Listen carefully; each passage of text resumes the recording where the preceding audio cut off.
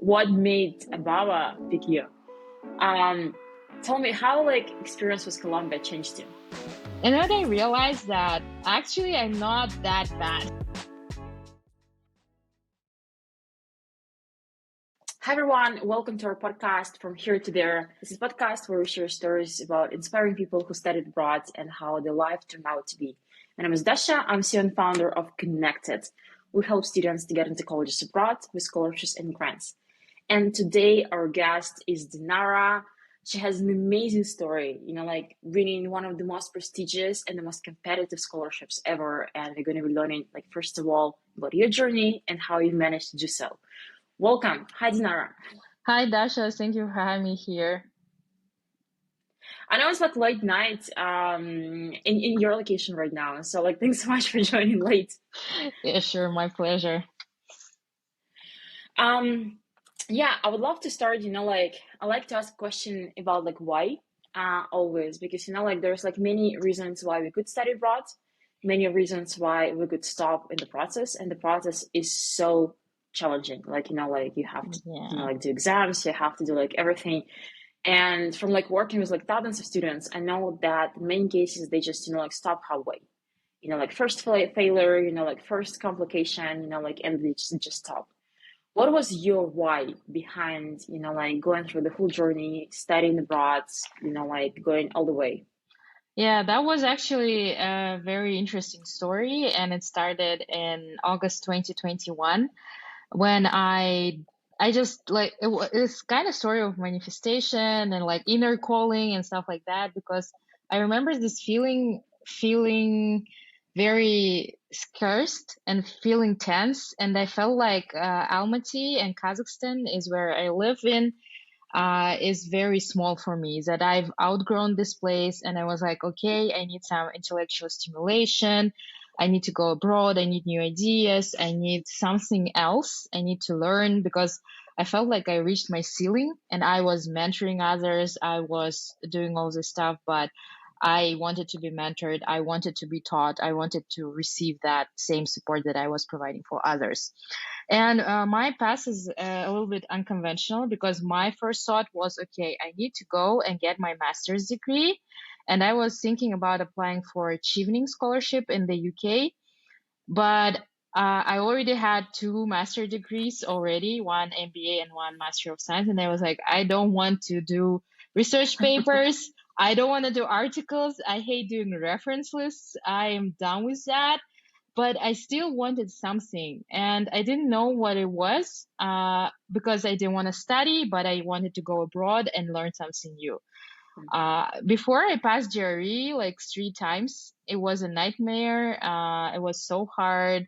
I didn't want to do that, and I was just pushing myself and forcing myself. But this time I decided to listen to my intuition, to my calling, and I said, okay, I'm not going to apply for Chevening. I don't want a third master's. And in November, my mom sends me an Instagram post at 2 a.m. and she's sending me posts about the Obama Scholars Program. And she tells me check it out. Maybe it's a scam or fake because it looks too good. All of your expenses are covered. You are taking classes at Columbia University, and it's named after President Obama. And when I was browsing through the website of the program, I felt like this tingles in my chest. I was like, okay, this is what I was looking for, because I didn't have to study. I didn't have to take exams. So my program was non-degree, but I could just audit classes. I could take any classes at Columbia. I've been through different workshops, trainings, meetings, and had more hands-on experience and practical experience from people in the field. And yeah, that was the answers to my prayers, because that's how it worked. And after that, I saw a lot of different science people in my elevator wearing the t-shirt saying Obama, and Oh my God, wow. some random people telling me that I have to go to study in the US. I'm like, how do you know? I didn't tell anyone that I'm applying to this program. So long story short, in April, I got my interview. In May, the results are announced. And as you said, this is very competitive, very selective program. And I still think that it was a piece of luck that I got in there, because it is so competitive. I didn't realize that before coming there and seeing how hard it is to get in there and how many people apply to this program, and that President Obama personally reviews the finalists, their profiles. Oh wow. Yeah, I was like, oh my God. Oh my God, I have tingles right now. Yeah, yeah, so you can, Now the guy from the TV, like actually looking at your documents and like transcripts. Oh my God. Can you like yeah, share a bit more about the scholarship itself? Because I feel like it's a very yeah, unique opportunity. So you mentioned yeah. like you don't have to go like full degree to go like study what you don't want to study. But at the same time, it's extremely prestigious. Like, can you like share like a bit more like insights of like of the scholarship program? Yeah, this program is for 1 year, 2 semesters at Columbia, and you take 2 classes each semester. So you take any class that you want. I highly recommend Columbia Business School because it's very well funded, like Yeah. all business schools in the US. And apart from that, you get to meet different people, you get to go through different workshops. And this program is dedicated for emerging leaders who have their social projects. So it's tailored for people who run their nonprofits, their social projects. And we cover topics like fundraising, strategic planning, and stuff like that. And also, we got an executive coach, a mentor who is Wow. a faculty at Columbia University. Yeah. And I don't know, it was a lot. It's very intensive. And I think it's also like tailored for the groups that are attending this particular year. And you also learn a lot from your peers, from the scholars who are also in your cohort. And yeah, that's just an amazing opportunity for anyone. And it covers like all of your expenses, living in New York, and help with your visa and everything. Like it's like it's Mhm. yeah, it's like a dream come true. You don't have to do anything. You just come, and everything is ready for you, and everyone is helping you. So it's amazing. Oh my God. What do you think was like an acceptance rate? It was like an it's usually like 1-2% out of all applicants. Less than 1%. Less than 1%. Oh Yeah. my God. Wow. So yeah, not moving far from this topic, but like how do you think you managed to get into this like less than 1%? What was, like what made Ababa, well, he was like reading your application, let's just emphasize. I feel like it's really terrific to pick you among like other applicants. What was like in background or like the way you put the essay or like like the vision. So yeah. I think the first most important thing is the application essays and the interview, like videos. First, we had to make a 2-minute video about our work, and I think I was just like honest about the work that I do. And my organization is called Girls Power Fund, and we work in empowering high school girls in different areas. And for when I was applying, my fund only existed for 8 months, and I was like asking myself, why did they take me? Because there were other people who worked like for 5 or 10 years, who had a much more impactful work than me. But I think like I took a lot of effort, and like how the application process goes. Your essay is the only thing, and like whenever I see people writing it in a rush or like submitting the last second, I don't think that's the best strategy. So I Yeah. put a lot of effort. I made my friends to peer review it. I got I got the help that I needed. And the second thing, I think they look for the cohort coherence, so that even if you're Mm. qualified, even if your essay is good, if you are not matching with the profile of other people in your cohort, so like you won't be chosen. So you have to, like, in some part, it's a luck if you're matching with Yeah, other so people. yeah, it's kind of like group dynamics, I guess. Like they need to make sure, Mm-hmm, like you mm-hmm. like all selected people, like they're gonna be like helping each other. And Exactly. as a person who builds community driven product, I understand like we gotta be, like on like some level, but like complement and help each other grow. Yeah. Let's just like dive deep into the essay. I mean, I've been applying to, I don't know, like I won like what, like five, six scholarships in my life. I mean, like students, like essay is a nightmare. So like lots of people trying, like to write it. And I feel like, like with like our mentality, like, I don't know, like post-Soviet Union, it's so not in our culture to No. highlight our strength. It's just, Mm. like you gotta get like against your nature. Like, oh my Yeah. God, Yeah. I'm like now like living in the US and like Silicon Valley and some they're storytelling. I mean like they learn it from like kindergarten, I like know I that mean feel, girl. I'm like, oh my God, like I'm still, like I raised 5 million and I'm still, like not at that level. So like how I mean like how was your like the process of like writing an essay, and I guess like what was like the major, I guess, I don't know, like the most difficult part? It was just like about what to write, how to write, the wording, the structure, because I feel like that's always the most challenging part.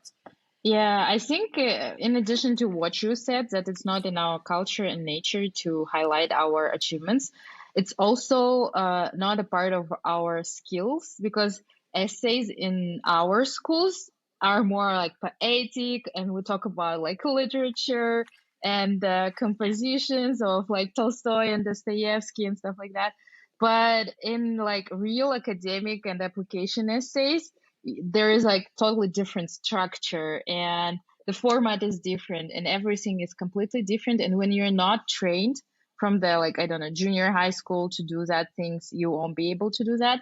But my university that I studied it for my bachelor's, it's called Nazarbayev University, and we studied by the Western style curriculum. So our partners were University of Wisconsin Madison, and I was trained like for 5 years to write like an American like style writing and American, essays. Yeah, the format, the structure. So I think like I got pretty lucky that I had this training and I had learned how to write academic essays or application essays. But also, like I said, I have a friend who helps people to review their essays, even like grammar, checking grammar or checking the sentence structure. This yeah. is not our first language, and unfortunately, people like pay attention to that. So even if you are some kind of genius or prodigy, if you're a great person, if your essay sucks, you probably won't be able to get in. Yeah, totally. And I have like two kind of like follow-up questions. So like first, I mean, not everyone can have opportunity to kind of like, like have the partnership with like University of Wisconsin. So like if Yeah, you're just average school, I don't know, like yeah, average university that has absolutely no connection with US outside of just like map maybe on the wall. So like some t-shirts. So what would be like maybe like best tools or like practices how to kind of like, because I feel like it's much more about like data. You need to read enough essays, like successful essays, to really understand and like, okay, like that's how they're gonna do this. Like for example, it's not about application, but I was like preparing for the pitch for my startup. I hmm, had to, like listen to like hundreds of them of like other hmm, startup, like startup hmm, competitions and like hmm, investors. And like, okay, that's how it's done. So like hmm. first, what could like people do this just to kind of like get their brain on like the right set, like just to kind of like list like first and second, what actually highlight an essay, because I feel like again like it's a lot of like many cases like cultural people tend to highlight not the personality traits, not the story, but like I don't know, GPA, Mm, mm, GRE score, mm, I don't know, like achievement. But I feel like it's much more about actually telling a story about you. mhm, mhm. And so yeah, just like your thoughts on those two points. Yeah, and in addition to reading other successful essays, I think it's very important to practice. Like, if you practice, you can practice any skill, be it like essay or basketball or driving. Any skill can be practiced, and getting feedback and getting reviews and like drafts, sending them back and forth until you get to this point where you feel like you're perfect. Because the first draft of anything is bad. Like you cannot expect to write the first draft and then send it in. Maybe you'll have to have, I don't know, 50 iterations send like to 50 different people and get different feedback and then rewrite it again and again and again. And then you will be able to achieve that. And I know many people who didn't have the same experience as I did with like learning Yeah. how to write essays. They just did it somehow. And a lot of people in Kazakhstan, we have this national scholarship called Bolashak, where government funds Yeah. your studies in like any university in the world. It's also very prestigious and generous. So I know a lot of people from regions of Kazakhstan, from the underserved populations who did that. So if they can do Yeah. that, yeah, anyone can do that. Yeah, totally. Thank you. And I like about like sending to like 50 people to review this. I think that's like a couple of years ago was like one of the major motivations behind, like doing community driven company and the product, not, like consultancy, because you need like many minds, you need like many aspects, you need like peer support and peer review, and that's extremely important. Exactly. I know like you had like when we've been applying to the scholarship, you already had like vast background, you had like, a couple of master's degrees, you had your own foundation. But like for example, let's imagine like someone who's like applying right now for like masters and they have a deadline like in the 2 3 months, and they Mhm. need to do like just they have only like time for like do like one or two things to kind of like really increase their chances to kind of like Mhm. really stand out. Mhm. What would you recommend them to do? Like just like one or like two because they don't have too much time just to kind of like really make their application, their profile special. I think it depends on their major, on their university, on the Yeah. requirements. But I think the main thing is to find the fit, like you say, the product market fit. You know that, Yeah. and and the same should be with like university and student fit, because many people apply to the programs that they actually don't fit in. So you have to make sure that you are a good fit for your university, for your program. And I think it's very important to show that you actually have done something like with your hands. You had the hands-on experience like volunteering or extracurriculars or any activity, not like reading books and doing research and stuff like that. You actually need to do something by your hands, actually go somewhere and do something, even if it's like 2 3 months volunteering. You can share that in your application and it will matter. I think many people, yeah, there is also mismatch or misinformation about that, and many people don't focus on that. Or maybe it's not, again, it's not in our culture. The volunteering, the service activities, the extracurriculars, it's just not a part of our culture, but you need to understand that it's necessary. Yeah, yeah. I feel like, because like in our countries, like the applications mostly, like score based. Like you have your GPA, you have like you enter exams, Yeah, and anything else does not matter. And like when it yeah. comes to like application to like other countries, states, or like Europe, or like even like Asia, like your grades like 30%. Like you need to Mm-hmm. kind of like be like above minimum requirements, and then like Mm-hmm. you need to be, like leadership position, volunteering, like social service, giving back, social responsibility, like anything. So like that matters the most, and like you gotta really put like a lot of effort towards this. um Tell me how like experience with Colombia changed you. So like what was like the most, I guess, like massive before and after, like the program was like Obama scholarship and your time in Colombia. Oh my God, I don't know even where to start. I think the main the main achievement and highlight was building up my confidence, because before coming there, I thought like no one even knows where Kazakhstan is. Like whenever I tell people in the US I'm from Kazakhstan, everyone asks me like Pakistan or something else, and I was thinking that I'm like this kind of second world, second class person because I am from a developing country that yeah, maybe I'm successful in Kazakhstan. Maybe everyone knows me here, but in the US, in New York, I'm nobody and no one knows me. And how am I expecting like to start something there or to have a say there? And when I started my classes at Columbia, I was very active. I took part in all the projects. I participated in the class activities. And then I realized that actually I'm not that bad. I am so smart and I'm so capable, and I'm actually like smarter than 90% in the rooms that I've been to. And from the far, we always think that, oh, there might be like superhumans studying at Ivy League schools or Yeah. studying at Columbia, living in New York. And you always see them in movies, and you have this image that they're like superhumans and you're no one. But when you actually go there, when you actually sit in the class, when you actually participate in discussions and you have your say, you have some fresh ideas, bring to that you can bring to the table.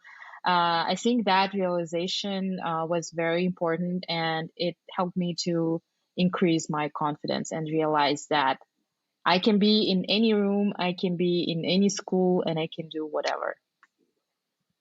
Oh my God, that's so inspiring. And yeah, I do know like the feeling when like you come from like pretty much the country that like, well, like in the case of like Russia, people pretty much know that's like the biggest chunk of like the world map, but still, like At least they know post-Soviet what countries. Russia is.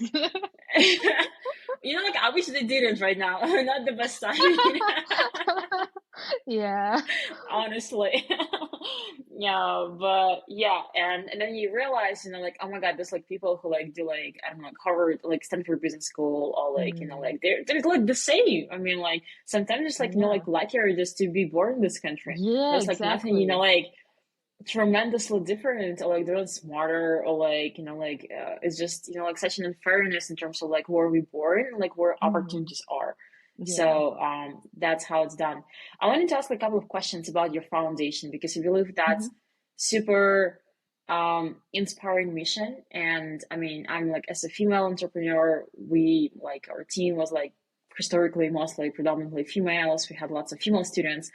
We grow like been growing in Eastern Europe, and also right now like India, like supporting, like girls, like especially like early age, like, and really empowering them in all the ways possible makes a tremendous difference, because there's still, like such a huge gender gap. Unfortunately, like it still exists. Like when you maybe like when you're like originally from New York, you can really see this, but like coming from our countries, you can definitely see this. What was like your motivation behind this? Like how did you start your like foundation at the first place? Yeah. I think the most appalling thing for me was seeing a lot of gender based violence when like even recently, like yesterday, one of the government officials killed his wife in a restaurant in Kazakhstan, and it was all over the news. And this is very common in Kazakhstan. I think it's happening more in Kazakhstan than in Russia, because our society is more conservative, it's more patriarchal.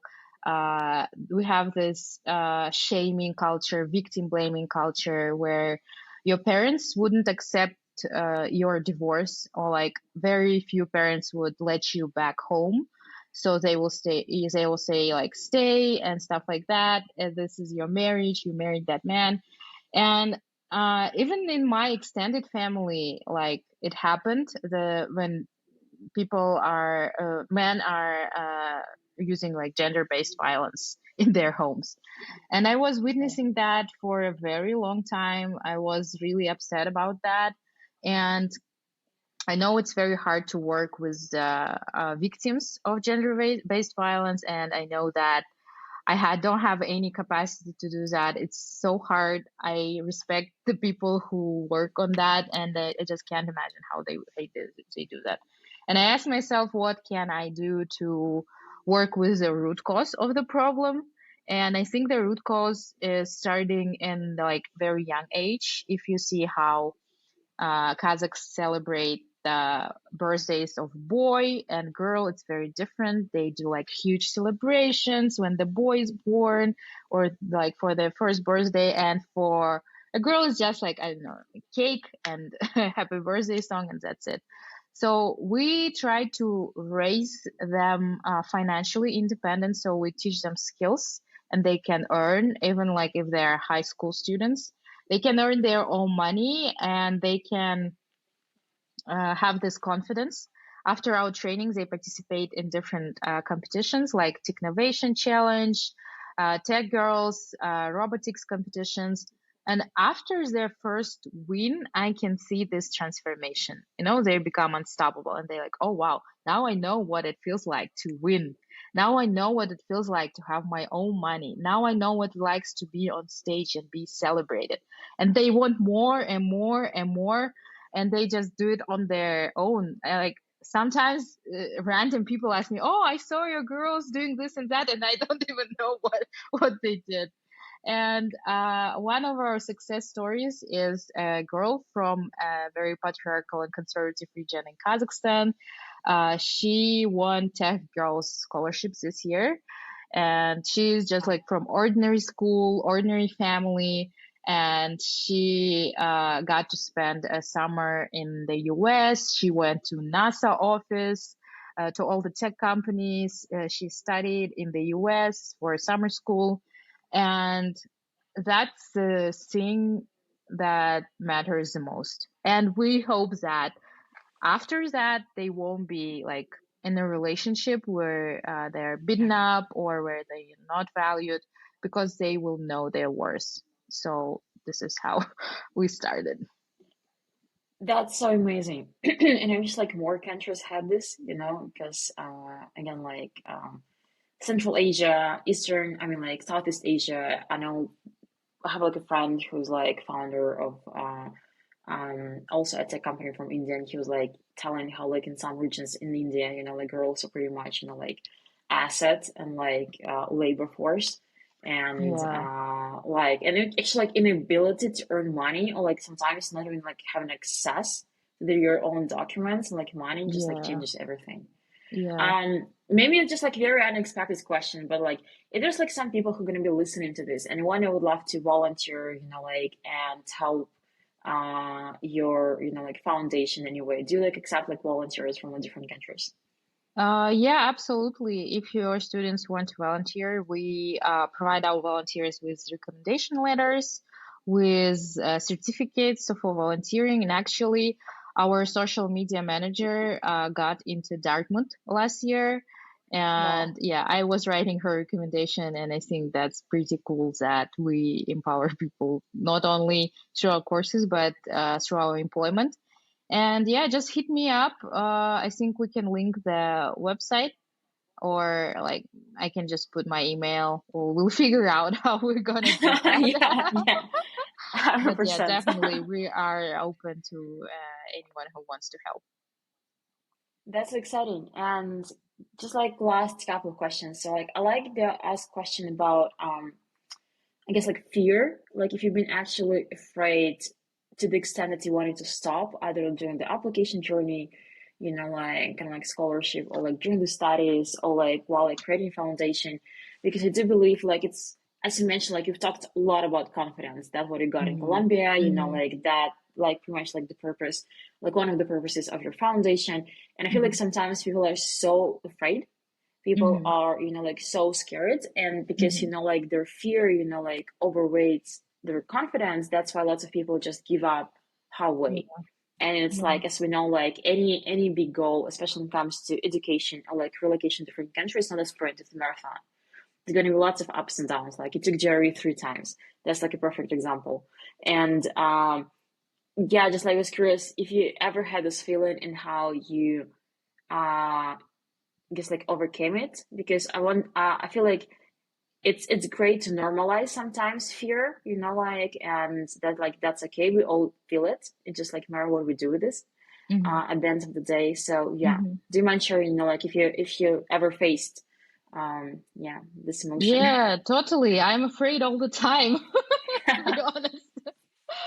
I'm afraid and I cry a lot. And actually, this image of successful success in Instagram, I think it's in the past, and there is no one who is not afraid. Even people, I've read Michelle Obama's latest book, and she says that she was terrified before her like book tour.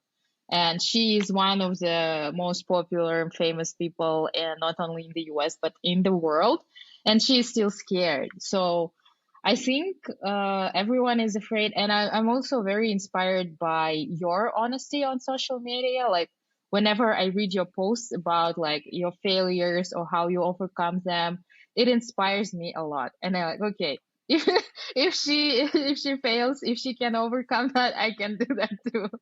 Enough of crying. Yeah. So thank you for your honesty and thank you for your inspiration and sharing all of this stuff. But what helped me to overcome failure is my mindset work and asking for help. So I've been in therapy for 2 years, and I've done a lot of like mindset and manifestation trainings. I also reach out to my friends, and I also reach out to my family and whoever I can to tell them like, okay, I'm scared. You need to tell me like that I can do it.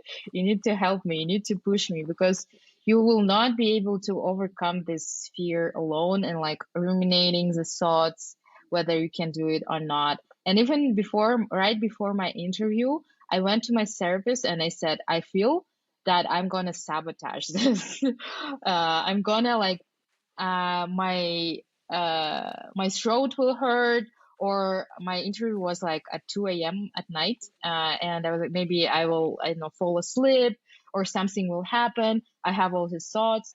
And I went to my therapist. We worked this out with her. And after that, I was able to do that. So get any help that you need.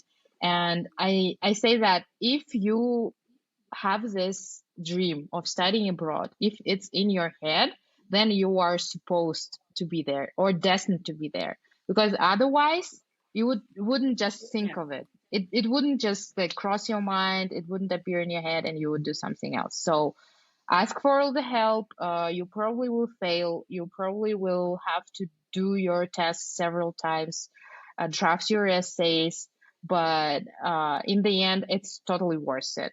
And as all the coaches and gurus say, your all of your dreams, all of your dream life is on the other side of fear. So it's okay. Yeah, outside of the Yeah, comfort zone. Yeah, yeah. yeah. And like I, cry if you need to.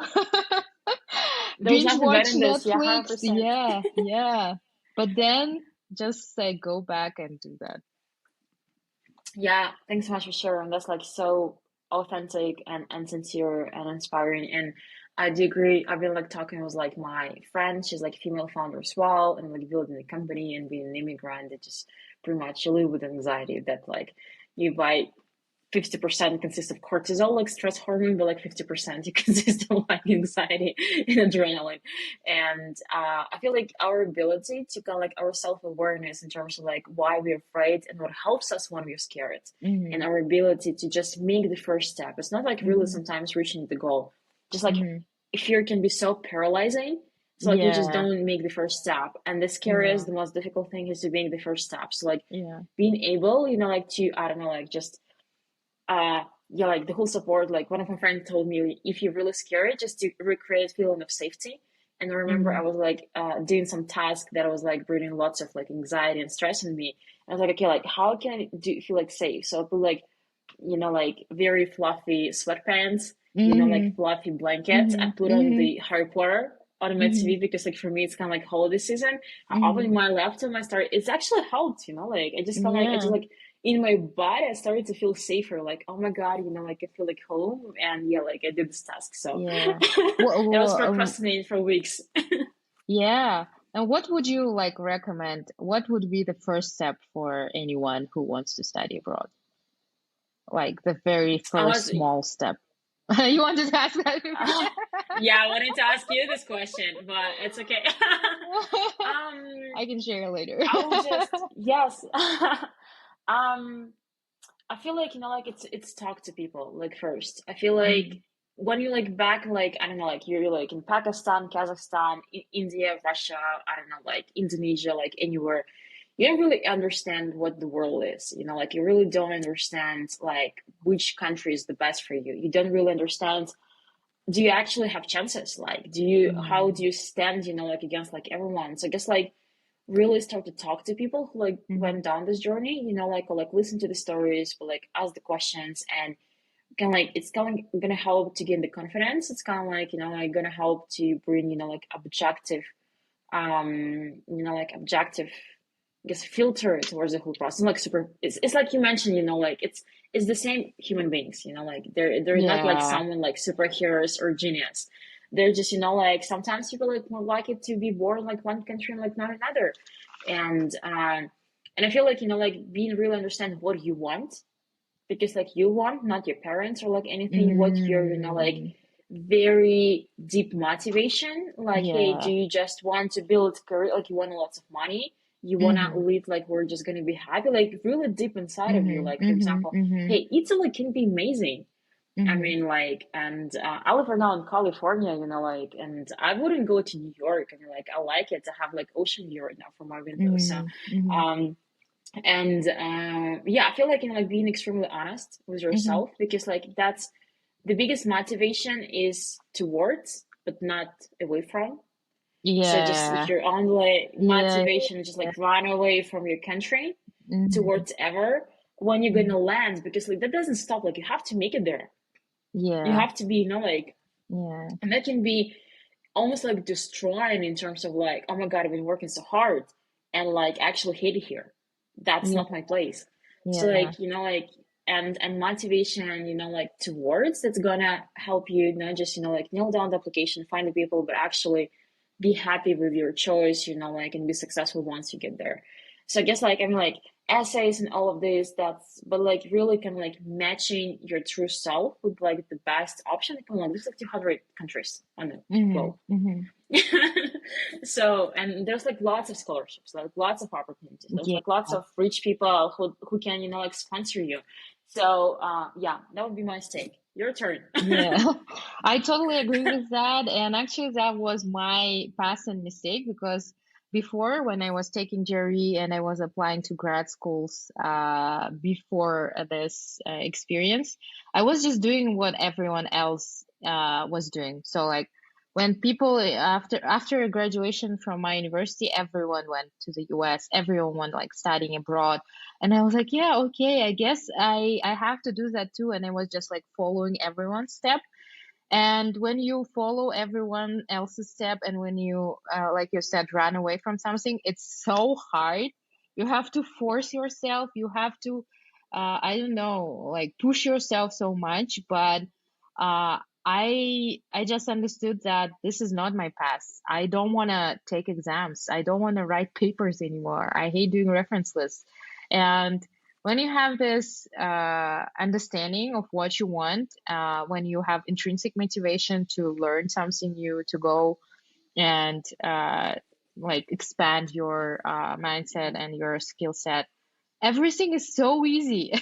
It just flows. And even if there is a setback, like one of my recommenders for the Obama Scholars Program, she opted out like couple of days before the deadline. And I was like, oh my God, what I'm gonna do? I was like panicking and stressed out, and I had to find another recommender. And you know how hard it is usually. I like Yeah. take 4 weeks. I give them 4 weeks for writing this letter, and luckily, my basketball coach agreed to do that, and he wrote an amazing letter.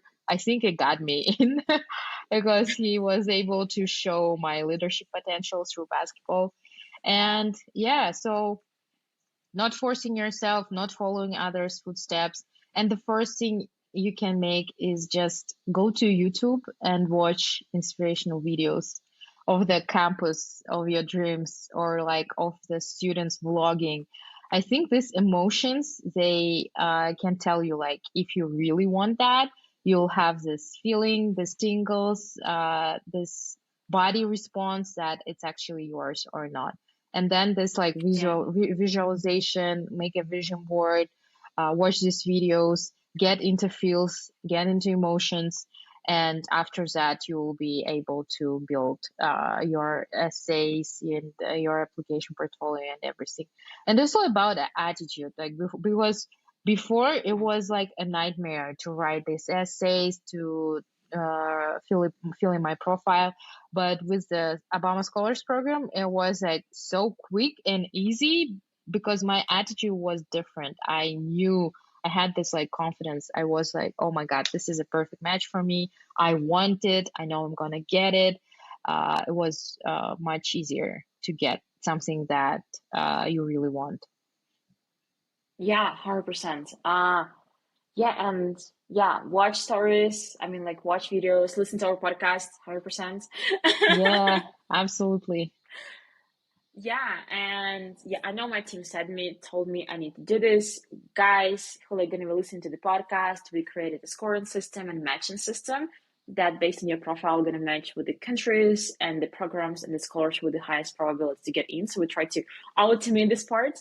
It's going to be like link under the video, probably. I'm still getting used to this, the whole host role. But okay, so the very final question, and I usually like to do this when I do like user interviews, but there's like something I should have asked you, but I haven't. No, I think we've covered pretty much everything.